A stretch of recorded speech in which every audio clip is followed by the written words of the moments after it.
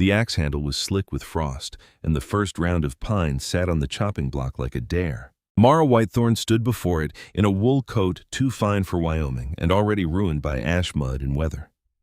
The wind came down from the north with teeth in it, tugging loose strands of hair from beneath her bonnet and driving cold through the seams of her gloves. Behind her, the old Whitethorn house crouched under a gray October sky, its chimney smoking thin and uncertain. Beyond that lay 400 acres of hard Powder River grass, brown hills, creek bottoms, broken fence, and cattle that belonged to her now, whether she knew what to do with them or not. The wood had to be split before dark. That was the plain truth of it. The stove inside had burned low twice already that morning. The kitchen held the bitter smell of cold iron and old smoke, and Mara had seen her own breath while pouring coffee. There was no uncle left to bring in wood, no Boston cousin to ring a bell for coal, no servant, no brother, no husband, no kind relative waiting to rescue her from the consequences of her own decision. Only the axe, only the wood, only the wide watching country. She set her gloved hand on the handle and felt the tremor in her wrist. Not fear exactly. Anger, maybe. Or loneliness dressed as anger because anger was warmer. A raven called from the barn roof. Mara looked toward the sound and found a rider coming over the low rise east of the house. The horse was dark, sturdy, moving with the calm of an animal that knew every badger hole and frozen rut between one ranch and another. The man on its back sat straight in the saddle, hat brim low, coat collar turned up against the wind. He didn't hurry. Men who believed themselves right seldom did. Mara knew who he had to be before he reached the yard. City-bred elk the neighbor Uncle Elias had written about. A cattleman with land running alongside the Whitethorn place. Elias had called him dependable, proud weather-wise, and lonelier than he would admit. He had also written that Caleb had a way of speaking plain enough to bruise bark off a tree. The rider reined in near the chopping block. For a moment, he only looked at her. Mara knew what he saw.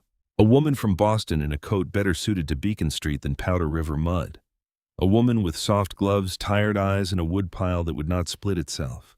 A woman standing on land that had already buried better-prepared souls. Caleb Red Elk removed one glove and rested his hand on the saddle horn. His face was hard in the way of men who had learned not to show worry unless it had already become disaster. He was not old, maybe 37 or 38, but the country had marked him sun-dark skin, wind-cut lines beside the eyes, a jaw that looked made more for endurance than laughter.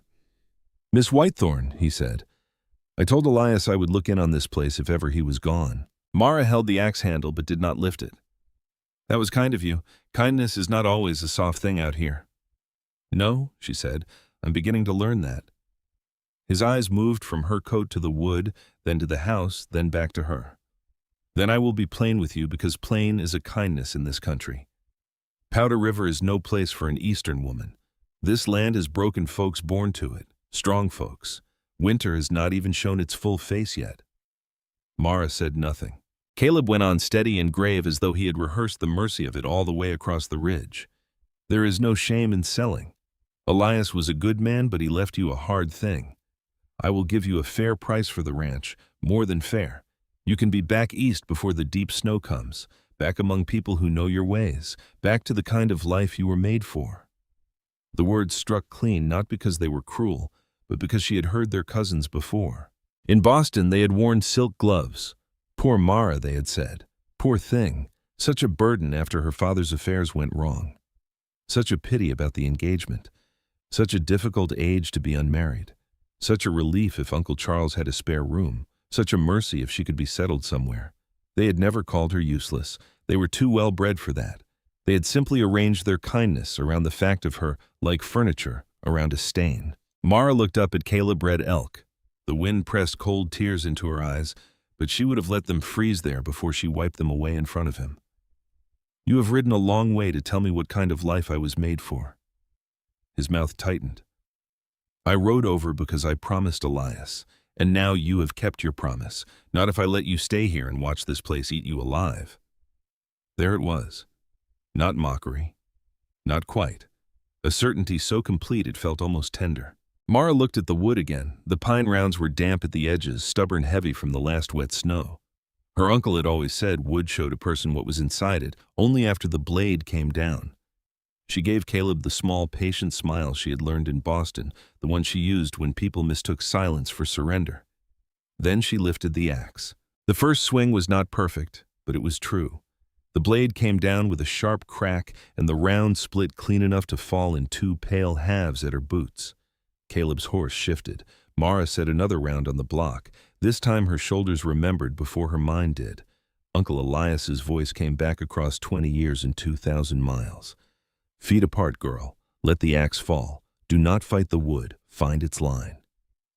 She swung. The second round opened. She set up a third. The wind caught her coat and snapped it against her knees. Her palms stung inside the gloves. She felt Caleb watching, felt his judgment changing shape though he had not moved an inch. She swung again. The third round split better than the first two. Only then did she rest the axe head on the ground and look at him. "My Uncle Elias taught me to split wood when I was 9 years old," she said. "He came to Boston every few years smelling of horse tobacco and pine smoke, and my aunts behaved as if he had brought the wilderness into the parlor. He took me into the yard anyway and taught me useful things." Caleb said nothing. He told me a person who could not warm her own house had no business being cold. The wind moved between them. Mara lifted another round and set it on end. "I have split my own wood in a Boston backyard for 20 years, Mr. Red Elk. I did it where neighbors could peer through curtains and wonder why a girl with good manners had blisters on her hands. I can do it here where only ravens and cattle are rude enough to stare." She raised the axe. "The wood does not know what city I came from." The blade fell. The pine split clean. Pine split. Caleb Red Elk looked at her then, as if for the first time since riding into the yard he was uncertain what stood before him. Not convinced, not humbled, not yet, but something in his face had shifted and Mara saw it. A crack no wider than a hairline, but a crack all the same. He put his glove back on slowly. "Elias said you had grit. Then you should have believed him. I believed grief made him generous." At that, Mara's anger cooled a little. She heard something under the sentence. Not insult. Hurt. A buried thing. Caleb gathered his reins. "Storm may come before the week is out. Your north fence is weak. Creek crossing is worse. If you mean to stay, you will need more than wood." "I know." "No," he said quietly. "You do not, but you will." He turned his horse, then paused. "There is a woman downriver, Tavi Little Hawk, northern Cheyenne. She knew Elias. If she comes by, listen to her. She knows this country better than most men who brag about knowing it. I listen when people speak sense." A faint shadow moved near his mouth, not a smile, something too tired to become one. Then, listen often. He rode out the way he had come, unhurried but not quite as certain as before. Mara watched until the hill took him. Only then did she let the axe handle lower against her skirt. Her arms ached, her breath shook. The yard felt larger after he left the house, smaller, the country wider and more awake. She had won nothing yet. 3 split rounds did not make a rancher. 1 sharp answer did not mend a fence or keep cattle alive in a Wyoming winter. Caleb Red Elk was wrong about her, but the land had not given its opinion, and the land was the only judge that mattered in the end. By afternoon, Tavi Little Hawk came walking up from the creek trail with a sack of coffee-dried sage tied in bundles and eyes that seemed to notice every weakness in the yard without judging any of them aloud. She was a widow, broad-shouldered and calm, with gray in her black hair and a wool shawl pinned tight against the wind. "You are Elias's Boston girl," Tavi said. "I am Elias's niece. Boston is only where I came from." Tavi looked at the wood pile, then at the split rounds stacked near the wall. "That is a better answer." Mara almost smiled. Inside the kitchen, Tavi drank coffee without sugar and told her where snow would gather first, which door needed bracing, how to bank the stove properly, and why a warm day late in the year was not kindness, but warning. She spoke of the ridges, the creek ice, the cattle's restlessness before weather, and the old trails that still remembered more footsteps than any map cared to admit. Mara listened hard, not because she was afraid of looking ignorant, but because ignorance was expensive out here, and pride burned colder than coal. When evening came, Tavi stood at the door and looked toward the north. "This country does not hate you," she said, "but it will not pity you either. I did not come for pity."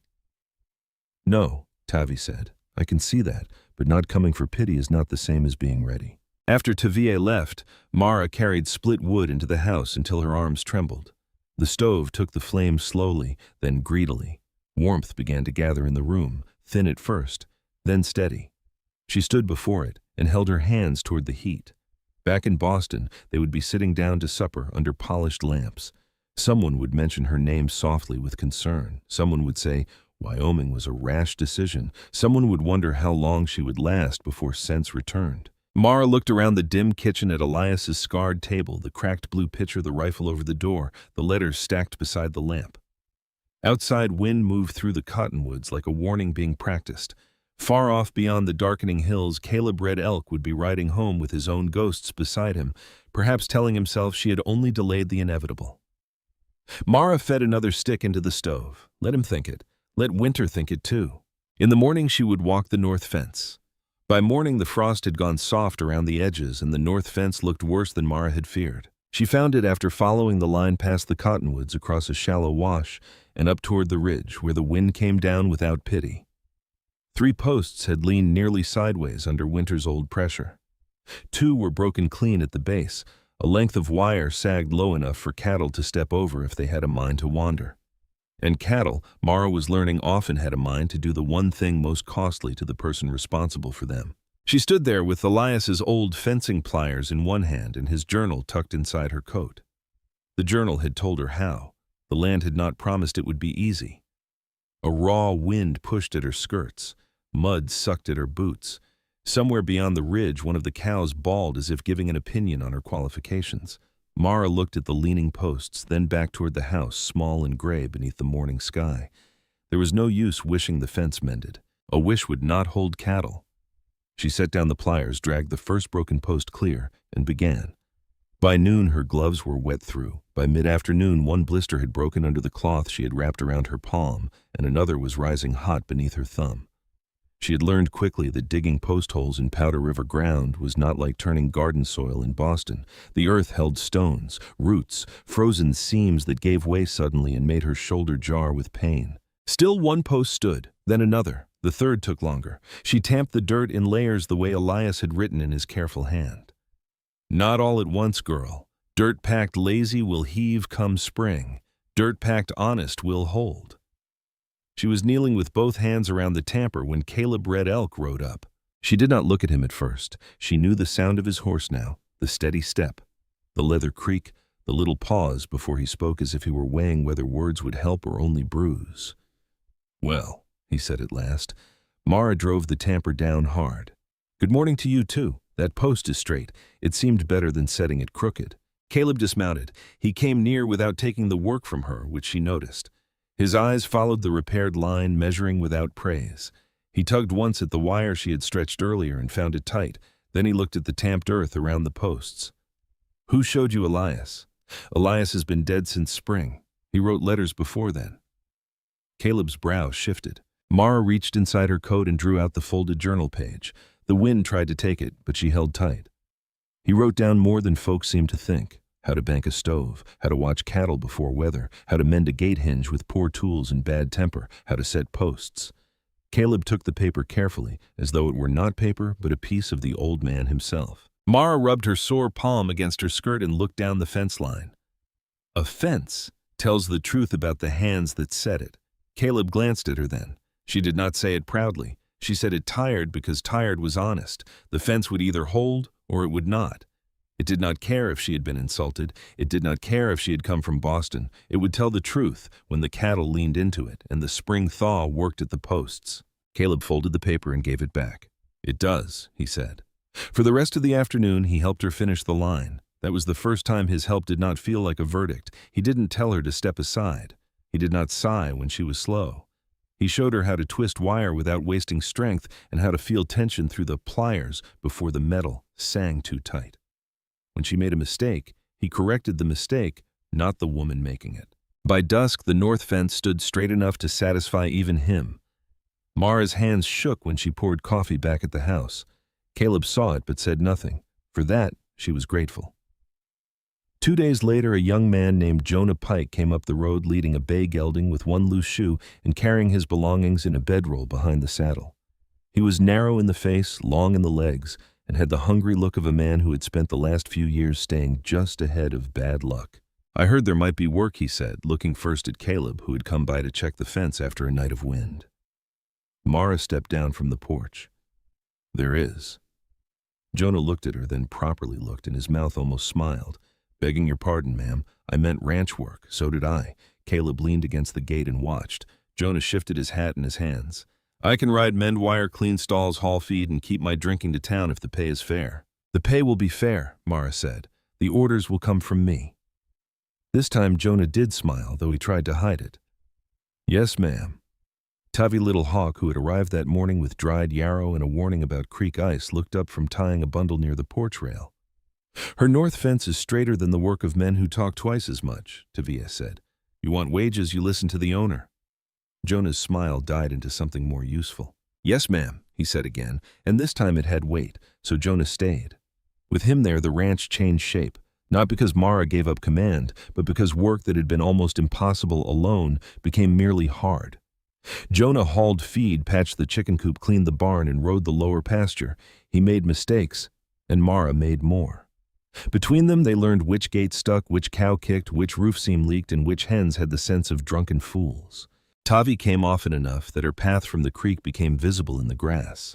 She taught Mara how to dry herbs over low heat, how to read the color of clouds behind the ridge, how cattle turned their bodies before a hard wind, and why no one with sense trusted a warm afternoon after the grass had gone brown.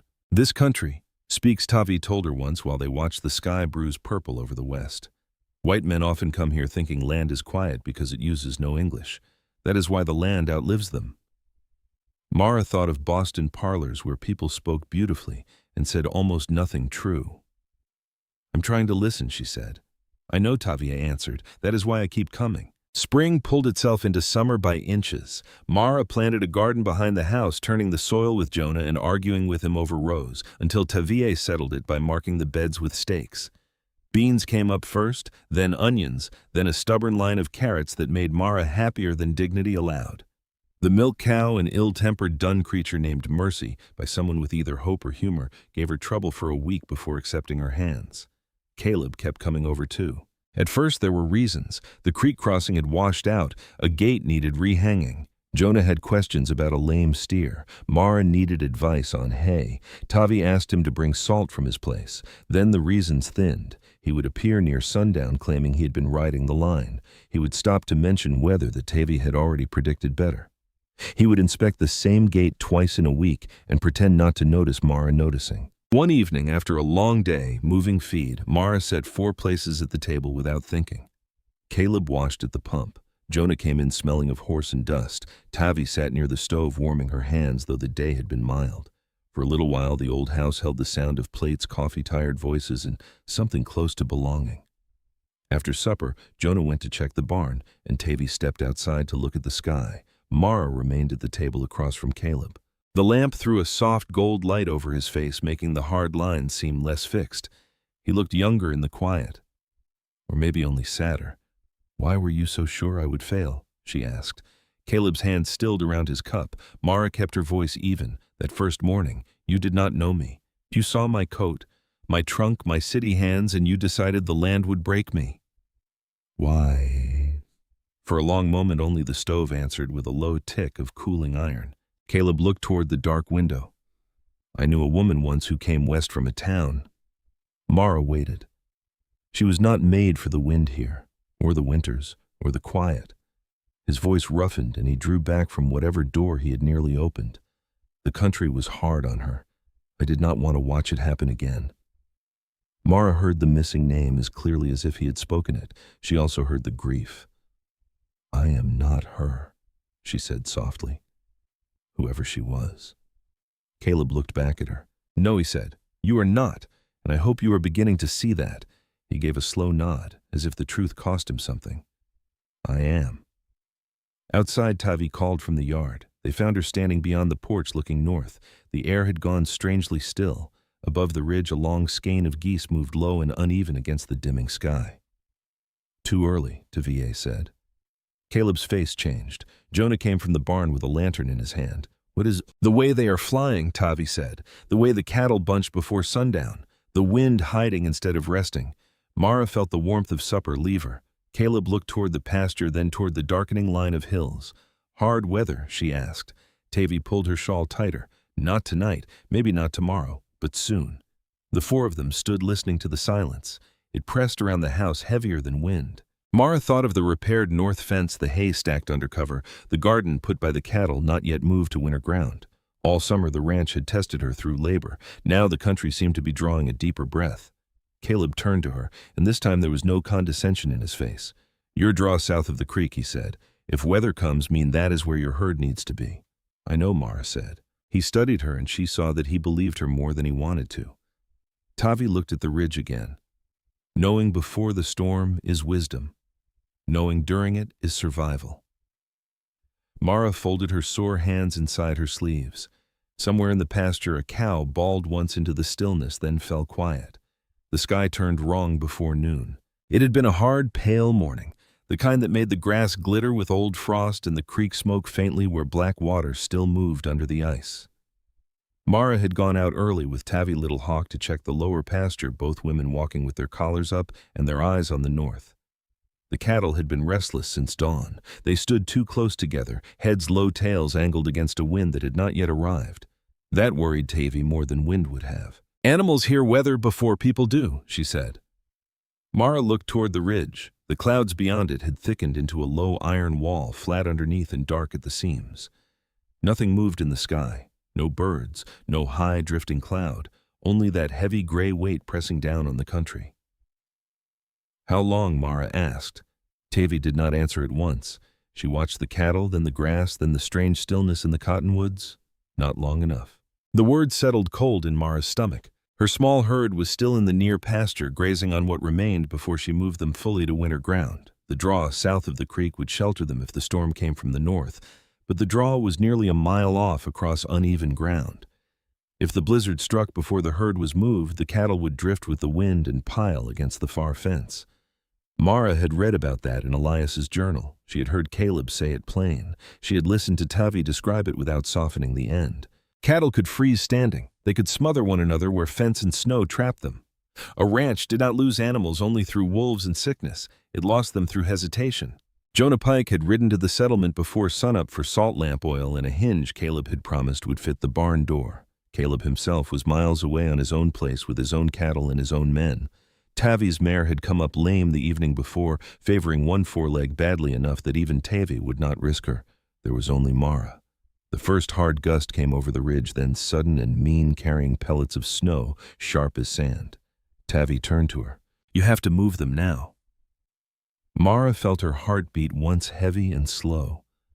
She looked at the herd, looked at the draw, looked at the house where warmth waited and where waiting might ruin everything she had worked to keep alive. Fear rose in her, clean and honest. She did not pretend otherwise. Her hands shook when she buckled the bridle. Her fingers fumbled at the saddle cinch. The horse, a sorrel named Juniper, rolled one eye toward the north and stamped. Snow began to strike the barn wall in dry little ticks faster with every breath. Tavi caught Mara's sleeve before she mounted. "If the white closes around you, trust the low ground. Do not chase the tail end too wide. Let the leaders turn and the rest will follow. And keep your face covered." Mara nodded. Tavi's grip tightened. "Fear is sense. Panic is waste. Know the difference." "I know." The wind rose again, harder now. Mara swung into the saddle. For one brief moment she thought of Caleb, of the way his face had changed when Tavi warned of weather, of the way he had told her where the herd must be if the storm came mean. She could almost hear his voice telling her not to go alone. She looked down at Tavi. "Do not ride after me to save me. Ride beside me if you mean to come." Tavi's eyes sharpened and something like approval passed through them. "Then ride well," she said. Mara turned Juniper toward the pasture and went. The storm met her halfway. Snow came sideways, driven low across the grass. The world narrowed to gray ground, dark cattle shapes, the sting of ice against her cheeks, and the hot, frightened movement of the horse beneath her. She pulled her scarf over her mouth and leaned into the wind. The herd had already begun drifting north by instinct, heads turned away from the storm, bodies pressing toward the very fence that could kill them. Mara pushed Juniper wide to reach the flank. Her first shout vanished in the wind. She shouted again, cracked the end of the rope against her boot, and drove the nearest cows away from the fence line. They resisted, confused and angry, bawling into the white. A calf broke wrong, and Mara had to swing out after it, heart-hammering as the ground dipped beneath snow she could no longer read. Juniper stumbled once, caught herself, and lunged back. "Easy," Mara gasped, though she did not know whether she spoke to the horse or herself. She remembered Tavi's voice. "Let the leaders turn." She remembered Caleb's hands showing her pressure without force. "Do not scatter them. Bend them." She remembered Elias's journal. A herd is one mind made of many fears. Mara rode for the lead cows. Snow thickened until the house disappeared, then the barn, then the ridge. The world became sound and force wind, screaming cattle bawling, leather creaking her own breath harsh behind the scarf. Her hands went numb around the reins. Ice gathered in her lashes. Once she thought she saw the black mouth of the draw ahead, only to realize it was a shadow of moving cattle. Still, she pressed them south. At Caleb Red Elk's ranch, the storm struck with the same violence. His men were already moving stock toward shelter when Caleb saw the sky swallow the far ridge above the Whitethorn place. He stood in his yard with snow blowing past him and felt a fear so sudden it had no words at first. Mara. He told himself her cattle were likely close in. He told himself Tavi was there. He told himself Mara had learned enough to stay out of death's way. Then he remembered the set of her mouth when she knew a thing was hers to depot. Caleb threw orders to his hands, saddled a fresh horse, and rode hard through the rising white. By the time he reached the Whitethorn yard, the house lamps were lit against the darkening afternoon. Tavi opened the door before he dismounted, shawl whipping around her shoulders. "Where is she?" Caleb shouted. Tavi did not soften it. "With the herd." For a moment Caleb could not move. The yard vanished around him, and another house rose inside his mind. Clara Bell at the window, thin hands folded in her lap. Clara smiling too bravely when the wind screamed for days. Clara saying she was only tired. Clara shrinking season by season until fever had merely finished what loneliness began. Not again. The thought tore through him. Then Tavi's voice cut the memory clean. "She is not Clara." Caleb looked at her. Tavi held his eyes.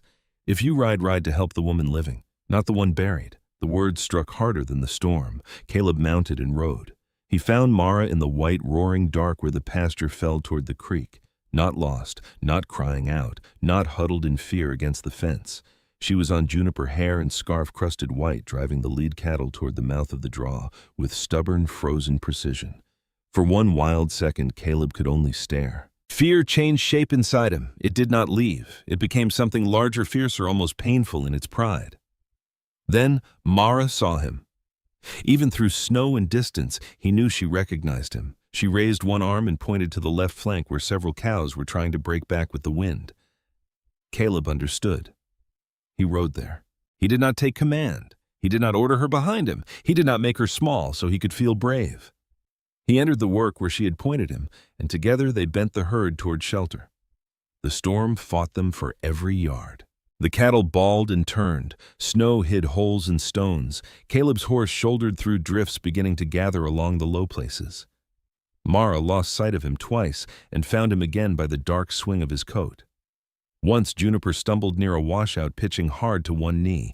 Caleb wheeled toward her, but Mara had already hauled the horse up, teeth bared with effort, and pushed on. Caleb saw it. He saw all of it. She did not need saving from the country. She needed someone who knew enough to stand beside her in it. At last the lead cows dropped into the draw. The land fell away, and the wind broke overhead, still screaming but less able to cut. One by one, then in bunches, the herd followed. Caleb held the rim while Mara pushed the last stragglers down. A young steer fought her at the edge, wild-eyed and stupid with fear. She drove him hard, voice raw, until he plunged after the others. Then it was done. The herd was alive. Mara sat still in the saddle for one breath, maybe two. Then her shoulders sagged. Caleb rode close. "Can you sit?" "I have been sitting," she said, but her voice shook. "That was not what I asked." She looked at him through frozen lashes. Somehow, even there, with ice on her scarf and terror not fully gone from her eyes, a faint edge of that patient smile returned. "I can get home." They rode back half-blind.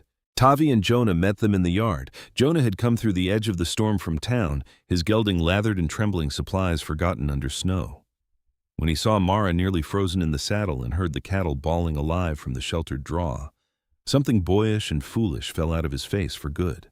Inside, Tavi stripped off Mara's frozen scarf while Jonah took the horses. Caleb built the fire, high hands moving fast, though his fingers were numb.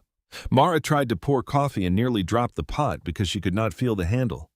Caleb took it from her gently. She let him. That seemed to shake him more than the storm. They sat wrapped in blankets while the blizzard beat the walls like a living thing. The fire cracked. Meltwater ran from their boots. Tavi moved quietly in and out, tending what needed tending, then left them to the silence neither could avoid. Caleb stared at the flames. I have to tell you about Clara Bell. Mara turned toward him, so he told her. He told her about the bright Eastern woman he had married, how proud he had been bringing her home, how badly he had wanted the land to love her because he loved them both. He told Mara about Clara's first winter, then the second, then the long narrowing of her spirit. The wind, the silence, the distance from everything familiar. The fever that took her body after the country had already worn her heart thin. I looked at you that first morning, he said, voice rough, and I did not see you. I saw her. I saw that coat and those hands, and I thought I was watching the same sorrow ride and wearing another name. Mara said nothing. Caleb's jaw worked. I told myself I was being kind. Maybe part of me was. But I was wrong. I was wrong about every inch of you. The house groaned under a hard gust. Mara looked at this man who had insulted her, helped her, doubted her, watched her, and now sat before her with his oldest wound laid bare between them. I am sorry for Clara, she said softly. Truly. Caleb closed his eyes. But hear me, city-bred elk. I did not come here to be saved by you or Jonah or Tavi or any living soul. I came because I was tired of being carried in houses where kindness felt like a chain. He opened his eyes. If you ever ride beside me, ride beside me. Do not put me behind you and call it love. For a long while he did not answer. Then he nodded once. Outside, the blizzard went on covering fence posts, trails, old tracks, and every easy road back to what either of them had been before. The blizzard spent itself sometime before dawn, not with mercy, but with exhaustion. For 2 days it had beaten the whitethorn house until the walls groaned and the windows smoked white around the edges. Snow buried the lower rails of the yard fence. It rounded the barn roof, filled the wagon ruts, swallowed the path to the creek, and made the whole Powder River country look as if it had been remade in silence. Even the wind, which had screamed like a living thing through the dark hours, had fallen away to a low whisper along the eaves. Mara woke in the chair near the stove with a blanket around her shoulders and the taste of smoke and coffee in her mouth. For a moment she did not move. Her body remembered the storm before her mind did. Her hands ached deep in the joints. Her thighs were sore from the saddle. Her cheeks burned where ice had cut them raw. Somewhere beyond the walls her herd was alive in the sheltered draw. That knowledge sat inside her like a small flame. She had not saved everything. No one ever did. But she had saved what was hers to save. Across the room, city-bred elk stood by the window looking out at the buried yard. He had slept in the spare room proper as a church deacon, though sleep had not softened the grief in his face. It was still there, but changed somehow. Less like a locked door. More like a wound finally washed clean. Tavy Little Hawk had gone to the barn before sunrise wrapped in her shawl, saying animals needed tending before hearts did. Jonah Pike had followed with an armload of hay and a face that had not yet found its old smirk again. The house was quiet now, holding only the fire, the storm's aftermath, and the truth Caleb had spoken the night before. Mara shifted and Caleb turned. You should be lying down, he said. So should you. I have never been known for good sense. No, she said. But you are learning. The corner of his mouth moved, then failed. He crossed to the stove and poured coffee, careful with the pot, because her hands had betrayed her there the night before. He gave her the cup without fuss, and she took it without feeling smaller for needing warmth. That was new between them. The old silence would have been full of pride. This one was full of thought. Caleb sat across from her.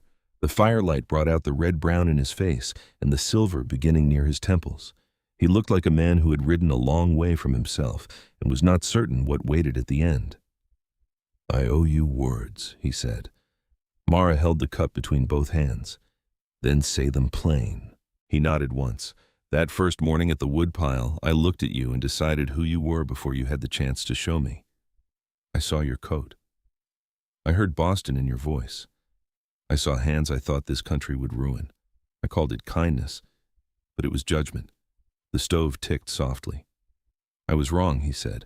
Not halfway, not in some small manner a man can excuse over coffee. I was wrong from the ground up. Mara did not interrupt him. There were apologies that needed room enough to stand. Caleb looked toward the window where snow had drifted high against the sill. Somewhere between that woodpile and the north fence, I began riding over with reasons that would not have fooled a child. Gate hinges, weather warnings, salt, wire, a question Jonah might have answered if I'd given him half a chance. At the sound of Jonah's name, a faint warmth touched Mara's mouth. I know. I expect you did. I did. He gave a breath that almost became a laugh, then sobered. By summer, a day I did not see smoke from this chimney felt like a day gone wrong. By fall, I knew I was in trouble. I fought it because I had buried Clara on this land, and for years I believed loving a woman here was another way of leading her toward sorrow. His voice roughened, but he did not stop. Then I found you in that storm, working your herd like you had been born with Powder River wind in your bones. You were afraid, I saw that, but you were not beaten. And I understood something I should have understood a year ago. This country was never the only thing I feared. I feared hope. Mara looked down into the coffee. Its surface trembled slightly, though she was holding the cup still. Caleb leaned forward, elbows on his knees, hands clasped between them. I'm not asking to save you, Mara Whitethorn. You made it plain you do not need saving, and I would be a fool twice over to forget it. I am asking if you will share this country with me. There are 2 ranches sitting side by side with a fence between them, and I would like more than I have wanted anything in years to take that fence down. The words moved through the room slowly. Mara saw Boston then, not as a city but as rooms, polished rooms, quiet rooms, rooms where she had sat with her hands folded while people planned kindness around her. She saw her aunt's sad smile, her former fiancé's careful distance, the way her relatives had spoken of her future, as if she were not present inside it. Then she saw the woodpile, her first swing, Caleb watching from horseback, Tavi's hard wisdom, Jonah's first foolish smile, the north fence standing straight, the herd alive in the draw.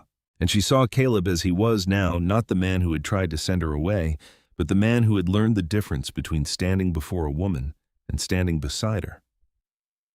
I will not be carried, Caleb, but I will walk beside you. His eyes closed briefly as if the sentence had struck him somewhere deep and merciful. Mara set the cup down. If we take that fence down, we take it down together. My ranch does not disappear into yours. Yours does not swallow mine. I will not become a woman who watches from the window while men decide the weather, the cattle, the money, and the land. We run them as one because we both work them. That is the only promise I can make. Caleb looked at her then, and this time the smile came full, tired and free and almost boyish. Mara, he said, a wife like that is the only kind I would ever want. I just did not know such a woman existed until she split a 3rd round of pine without looking up at me. She laughed then softly, because joy felt strange after storm and confession, but not unwelcome. By noon, Tavi and Jonah came in stomping snow from their boots. Jonah stopped short when he saw Caleb and Mara sitting close by the stove, not touching, but changed all the same. Tavi saw more quickly. She always did. Well, Tavi said, hanging her shawl near the fire. Took the storm long enough to knock sense into this house. Jonah looked from one face to the other. Did I miss something? You often do, Tavi said. Spring came late that year, but it came. The snow pulled back from the creek bottoms first, then from the south slopes. Mud returned, then grass, then the first green haze along the cottonwoods. The cattle came through thinner, but alive. Jonah stayed on after the weather broke, and no one had to ask why. He had seen Mara ride into a blizzard for her herd, and something in him had fastened itself to the Whitethorn place for good. When a man in the settlement laughed over coffee and said Caleb Red Elk had found himself a Boston wife to soften his house. Jonah set his cup down hard enough to make the table jump. That Boston woman saved more cattle in one whiteout than most men save in 5 winters, he said. Mind your tongue around her name. Word traveled as word does. By the time the preacher came from the nearest town in May, no one with sense called Mara soft where Jonah could hear it. They married beneath the cottonwoods by the creek, with the grass new underfoot and the Powder River running brown and cold nearby. Tavi stood as witness, wearing her best dark shawl. Jonah held the horses and pretended the wind was what made his eyes water. Caleb wore a clean shirt and looked more nervous than he had in the blizzard. Mara wore no silk, no lace brought from Boston, only a simple blue dress and the same steady expression she had worn before the woodpile. Afterward, Tavi gave her a braided rawhide tie. For the gate, she said. Some knots hold because they must, some hold because 2 people choose them every morning. Mara closed her hand around it. I will remember. The fence came down 3 days later. They did not make a ceremony of it, though it became one all the same. Caleb brought pliers. Mara brought gloves. Jonah came with a post bar, and Tavi sat on a nearby stump with a basket of mending, watching like someone keeping record for the land itself. Mara pulled the first staple. Caleb loosened the wire. Together, they worked down the line that had separated the two places for years. Wire sagged, posts lifted, old boundaries came loose with groans from the earth. Nothing vanished. The hills remained, the creek remained, the houses remained, but the space between them opened. Mara stood with a coil of wire at her feet and looked across the joined pasture. It didn't feel like being taken. It felt like room. Years later, Boston still misunderstood. Mara wrote letters at first. She explained the ranch, the cattle, the garden, the weather, the way she and Caleb kept accounts together and made decisions across the same table where Elias's journals still lay. She tried to tell them she had not been rescued by a rancher. She had built a life with one. But some people can read only the stories they already know, so Mara stopped explaining. She had better proof than words.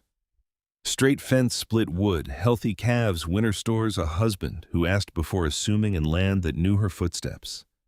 Caleb never forgot Clara Bell. Mara never asked him to. Love, she had learned, was not a jealous little room with space for only one sorrow and one joy. A good heart was a house built wide.